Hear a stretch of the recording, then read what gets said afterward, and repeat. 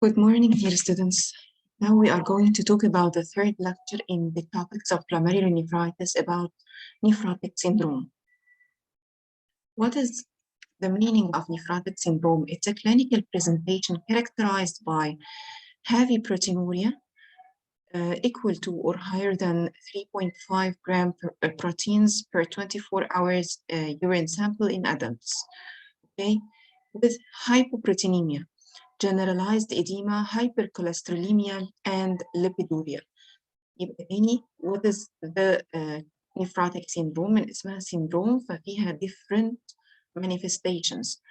أولها إن في heavy proteinuria أكتر من أو تساوي 3.5 جرام بروتين per 24 hour urine، تمام؟ والليفل ده في الأدلتس. والهافي بروتينوريا عشان في بروتينز كتير بتنزل في اليورين يبقى معاها hypoproteinemia، level of the proteins في الدم بتقل. generalized edema، hypercholesterolemia، يبقى الكوليسترول عالي في الدم، with lipiduria، increased lipoprotein level in urine. هنعرف what is the pathogenesis of each of these manifestations. أول حاجة الهافي proteinuria. It is due to initial derangement of the glomerular capillary wall, which result in increase in the capillary permeability with daily heavy loss of protein in urine. تمام؟ الhypoproteinemia قلنا it is secondary to daily heavy loss of protein in urine. Okay, so the levels of the plasma proteins will be decreased, especially the albumin. Generalized edema, it is due to decrease in the serum proteins اللي هي قلنا عليها hypoproteinemia with subsequent decrease in plasma osmotic pressure. This will lead to escape of fluid in the interstitial tissue, leading to edema formation with subsequent hypovolemia and diminished glomerular filtration rate. This will lead to compensatory secretion of aldosterone resulting in salt and water retention، وده هيعمل لي generalized edema. تمام؟ يبقى لما بيقل levels of the plasma proteins in the blood ده بيقلل لي plasma osmotic pressure، وده بيخلي الفلويد will escape from the intravascular compartment to the extravascular or into the interstitial tissue leading to edema. Okay, لما بيتكون fluid في التشو leading to edema with subsequent hypovolemia. Okay, this hypovolemia and diminished glomerular filtration rate will stimulate aldosterone secretion that will result in further salt and water retention, and it will lead to generalized edema. مهم قوي نبقى فاهمين بس الميكانيزم ده. Hyperlipidemia is due to triggering effect of hypoalbuminemia leading to increased synthesis of the lipoproteins in the liver. So the levels of these proteins or these lipoproteins will be increased. Lipiduria, it is due to increased glomerular basement membrane permeability to lipoproteins. This lipoproteins will escape to urine leading to lipiduria. Okay. What are the causes of nephrotic syndrome?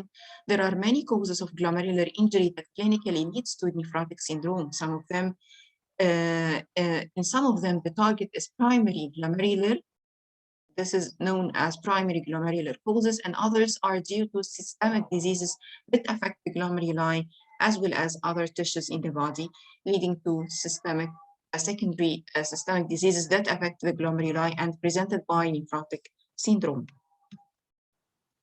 تاني زي ما قلنا في السلايد اللي قبل كده what are the causes بقى. أنا عندي primary glomerular diseases, okay, or primary causes or secondary systemic diseases that may lead to nephrotic syndrome. Primary glomerular diseases classified according to the morphology of the glomeruli، واحنا أخذنا كده هنت في أول محاضرة على descriptive patterns بتاعت glomerular injury. فهنعرف في كل واحد من دول من الديزيز دول ايه الاسم بتاعه indicating what. Minimal change disease، focal segmental glomerulosclerosis، وعرفنا يعني ايه focal، عرفنا يعني ايه segmental، عرفنا يعني ايه sclerosis، تمام، وبيختصروه ب FSGS. membranous glomerulonephritis or membranous glomerulopathy، اوكي، membranoproliferative، وعرفنا يعني ايه membranoproliferative glomerulonephritis MPGN. mesengoproliferative glomerulonephritis، واكزامبل شهير قوي للميزنجوبروليفراتيف اسمه IgA nephropathy. طيب خلينا نبتدي. minimal change disease أول disease causing nephrotic syndrome. Usually it affects children less than 15 years of age, and it constitutes 80% of the causes of nephrotic syndrome in children, but it is less frequently affecting adults.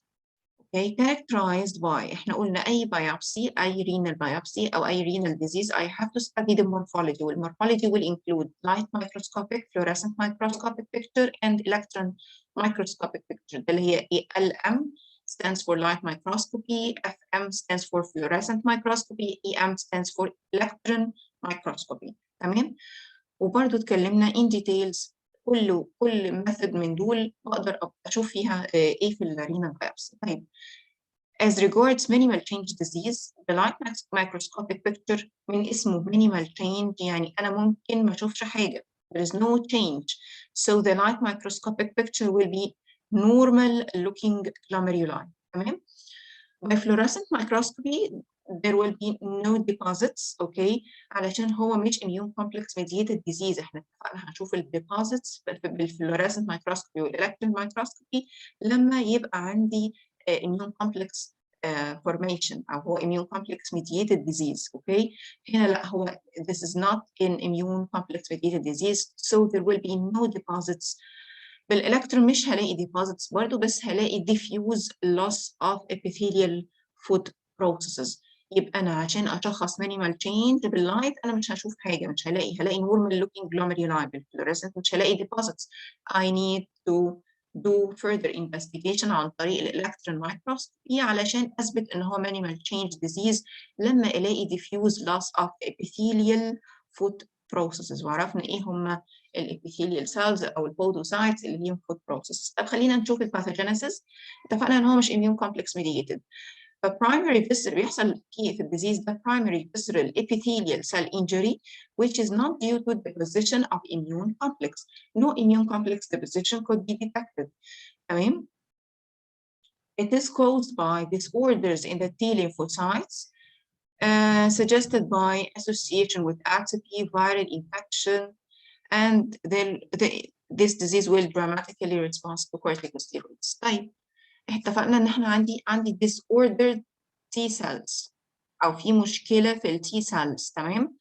ال sensitized T cells او deranged T cells دي هتعمل elaboration of cytokines، هتطلع certain chemical mediators. تمام؟ or certain cytokines. These cytokines will affect the synthesis of nephrin. In nephrin ده? Nephrin is a glycoprotein which is considered the major component of slit diaphragm between adjacent food processes. طيب احنا اتفقنا ان البودوسايت او اللي هي الفيسرال epithelial layer cells ليها food processes كده قاعدة على البيزمنت ممبرين. طيب these food processes اتفقنا ان ما بينهم فراغات اسمها slits، والslits دي covered by diaphragm. ايه diaphragm ده معمول من ايه؟ من nephrin molecules. So the nephrin molecules are the main component of the slit diaphragm. طيب يبقى انا لما يحصل لي بقى مشكلة في النفرين molecules دي يبقى انا عندي هيحصل epithelial cell injury with loss of the podocytes, with loss of glomerular polyanion. Permeability will be affected بتاعت glomerular filtration barrier اللي اتفقنا ان هو formed of the 3 layers. يبقى انا عندي ان it's a cell mediated injury. تمام؟ مش immune complex via the disordered T cells اللي بتعمل certain cytokines would affect the synthesis of nephrin, which is the main component of the slit diaphragms between the food processes of the podocytes. تمام؟ وده اللي هيديني شكل الالكترون مايكروسكوبي اللي قلنا يحصل فيها loss or effacement of the podocyte food processes. تمام؟ يبقى احنا هنرجع تاني للدايجرام ده بيورينا ان هنا this is the glomerular filtration barrier. It is composed of the 3 layers اللي هي باللون الاورنج دي fenestrated endothelial layer. هو diagram actually. تمام؟ واللونها pink دي اللاير اللي لونها pink this is the glomerular basement membrane, and finally we have the podocytes. طيب البودوسايتس المفروض يبقى عندها food processes. أنا مش قادرة أشوف food processes so they are lost or effaced. Okay, this is the main lesion اللي أنا أقدر أشوفه بالإلكترون مايكروسكوبي. Clinically اتفقنا في المينيمال change disease هيجي ال child complaining of nephrotic syndrome with no hypertension with no hematuria، لأن دول بيفرقوا لي النيفروتيك عن النيفريك. تمام؟ اتفقنا المورفولوجي أو microscopy light microscope مش هيبقى فيه أي changes ف I will see normal looking glomeruli. There will be no deposits في fluorescent microscopy and by electron هو ده diagnostic in this disease. I will see برضه no deposits بس هلاقي diffuse loss of epithelial foot processes. وده اهو بالالكترون مايكروسكوب. This is the normal foot processes لو تفتكروا اللي شفناها في الستراكشر normal structure of the glomerular basement membrane. اوكي وهنا ما بقاش فيه بقى الفوت processes دي حصل لها loss or effacement. Prognosis and fate of the minimal change disease. Mostly it is of good prognosis with excellent response to corticosteroid therapy in more than 90% of the affected children, with less favorable prognosis among adults. The second disease presented by nephrotic syndrome is focal segmental glomerulosclerosis أو الاختصار بتاعه بيبقى FSGS. It is responsible for nephrotic syndrome in 15% of adults and children. It affects both adults and children. Characterized histologically by احنا اتفقنا the terminologies بتاعت focal وsegmental. Focal and segmental obliteration of the capillary loops by increased collagen, which is the meaning of sclerosis. Sclerosis معناها increased collagen synthesis or fibrosis. When this collagen is formed and its accumulation will lead to obliteration of the capillary loops. تمام؟ ده معناه كلمة glomerulosclerosis. Focal segmental اتفقنا إن focal يعني this lesion affects less than 50% of the glomeruli in my specimen. Okay, and segmental لما ببص على glomerulus الواحدة بلاقي إن الليجن ده affecting only one segment with the rest of the glomerulus is unaffected. Okay, ده معنى focal and segmental. What are the types? We have primary or idiopathic types and secondary types. Infection secondary to infection by HIV virus, heroin addiction, or as a component of glomerular ablation. يبقى في other glomerular disease leading to secondary focal segmental glomerulosclerosis. What is the pathogenesis of primary FSGS? Injury to epithelial cells is its hallmark that leads to focal hyperpermeable foci leading to entrapment of plasma proteins and lipids. This results into mesangial cell reaction with increased mesangial matrix. Circulating mediator for the epithelial damage suggested by recurrence of proteinuria in patients with FSGS receiving renal allograft within 24 hours after transplantation. يعني لو البيشنت ده حتى عمل transplantation بنسبة كبيرة قوي هيحصل له recurrence وده بيأكد نظرية إن في circulating mediator بتعمل الابيثيليال damage موجودة في circulation of the blood of this patient. Clinically, non-selective proteinuria which may progress to nephrotic syndrome زي ما اتفقنا is one of the diseases that are presented by nephrotic syndrome and maybe hypertension and hematuria. ممكن يبقى معاه hypertension وهيماتوريا. Morphology by light microscopy قلنا some glomeruli مقصود بيها هنا less than 50% of the glomeruli الموجودة عندي في السبيسيمن show segmental obliteration of the capillary loops with increased mesangial matrix, collapsed glomerular basement membrane, and accumulation of lipids and proteinaceous material. By fluorescent microscopy usually negative مش هلاقي deposits عشان هو برضه مش immune complex mediated disease. By electron هلاقي focal segmental increase in mesangial matrix with prominent injury of overlying podocytes. تمام؟ هنا أنا عندي in this field أنا عندي I have 3 glomeruli. One of them is affected by this lesion, segmental lesion, obliterating the capillary lobes اللي هو لونه البينك الغامق ده. Okay, another photo. Okay, أنا عندي one glomerulus. One segment of this glomerulus مش قادرة أشوف فيها capillaries anymore. They are obliterated due to excess mesangial deposition of collagen or sclerosis. نفس القصة برضو هنا in another glomerulus. دول بالPS stain and this is H&E stain.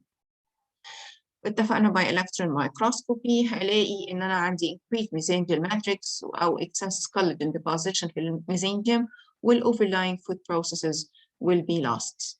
تمام؟ يبقى برضو هنا podocytes are affected in FSGS. Prognosis and fate. It has poor response to corticosteroids with progression to renal failure within 10 years in about 50% of cases. على عكس المانيمال change اللي كان له excellent response to corticosteroids. The lesion tends to recur in renal allograft.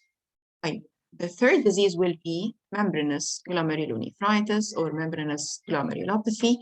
It is the most frequent cause of nephrotic syndrome among adults in Western countries. It is characterized by diffuse deposition of immune complexes in the subepithelial zone of glomerular capillaries. Where it has two main types, whether primary or idiopathic and secondary to chronic hepatitis B virus or hepatitis C virus infection, schistosomiasis, diabetes, autoimmune diseases as systemic lupus, certain drugs, certain malignancies, especially carcinoma and melanoma. هو عشان اسمه membranous فمعناه ان في membranous thickening. membranous thickening due to ايه؟ due to immune complex deposition. كل اللي لونهم black دول are the immune complexes deposited يا اما within the membrane or just beneath the epithelial layer، يعني تحت الابيثيليال، فبقول عليهم subepithelial deposits or intramembranous. طيب لما هم يحصل لهم deposition intramembranous بلاقي ان في areas of the membranes ما بين deposits are still preserved، موجود اهي اللي لونها pink. هنعرف ايه application of this information. Clinically أنا presented by nephrotic وusually affecting adults. 15% non-nephrotic proteinuria، ممكن تيجي non-nephrotic يعني proteinuria أقل من 3.5 جرام، بس في 35 من 15 ل 35% ممكن presented by hematuria and mild hypertension. يبقى أنا عندي mainly هي جاية presented by أو patient جاي presented by nephrotic syndrome. ممكن يجي بسبب nephrotic proteinuria أو ممكن يجي بس ده في 15% من الحالات، وممكن يبقى معاه هيماتوريا أو mild hypertension برضه في 15 ل 35% من الحالات. Is the pathogenesis of membranous glomerulonephritis. It is an immune complex mediated disease. عشان أنا قلت هشوف إيه deposits أو immune complex deposits. تمام؟ Where immune complexes are diffusely deposited subepithelially in absence of inflammatory cells. يبقى احنا اتفقنا immune complexes دي هتبقى إيه؟ تحت الepithelial layer اسمها subepithelial immune complex. ده very characteristic للmembranous glomerulopathy. Injury of the glomerular capillary wall is induced by activation of the complement system through the action of C5-9 اللي هو اسمه membrane attack complex. يبقى بعد ما بيحصل immune complex deposition هيحصل على طول activation of the complement وبيحصل injury via the membrane attack complex. طيب microscopically بقى هشوفها ازاي؟ باللايت احنا اتفقنا ان membranous means ان انا عندي diffuse thickening of the glomerular basement membrane with normal glomerular cellularity. يبقى أنا لازم عشان أقول على disease it's a membranous يبقى عندي thickening في glomerular basement membrane وnormal glomerular cellularity. Fluorescent microscopy, I have typical granular deposits of immunoglobulin and complement along the glomerular basement membrane. تمام؟ وبالإلكترون هشوف برضو deposits بس مكانها فين؟ subepithelial deposits with obliteration of food processes overlying the deposits.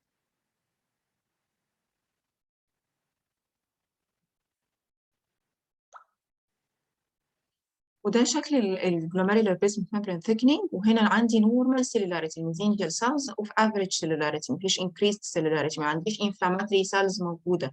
So this is membrane is just thickened، ده اسمه membranous glomerulonephritis. قلنا by fluorescent microscopy بلاقي deposits رسمية للممبرين. Okay, I have positivity along the glomerular basement membrane.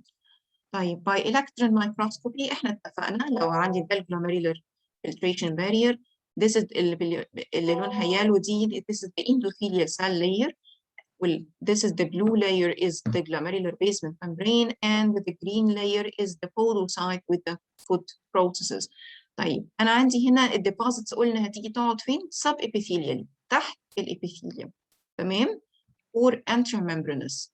ولو هي intramembranous or subepithelial ممكن نلاقي spaces in between are filled with these glomerular basement membrane material. يبقى أنا عندي mainly deposits are subepithelially. طيب ده electron microscopy. Okay, this is the endothelial cell. This is the glomerular basement membrane. and this is the podocyte. So these deposits are subepithelial. كل اللي لونها غامق dark gray in color are electron dense deposits located in the subepithelial and intramembranous. حبة منهم are intramembranous. What about the prognosis and fate of membranous glomerulonephritis? Proteinuria usually doesn't respond to corticosteroids. However, it usually has indolent force, and only about 40% of patients progress to renal failure. This was the lecture of the nephrotic syndrome. Thank you, and see you in the next and last lecture, inshallah.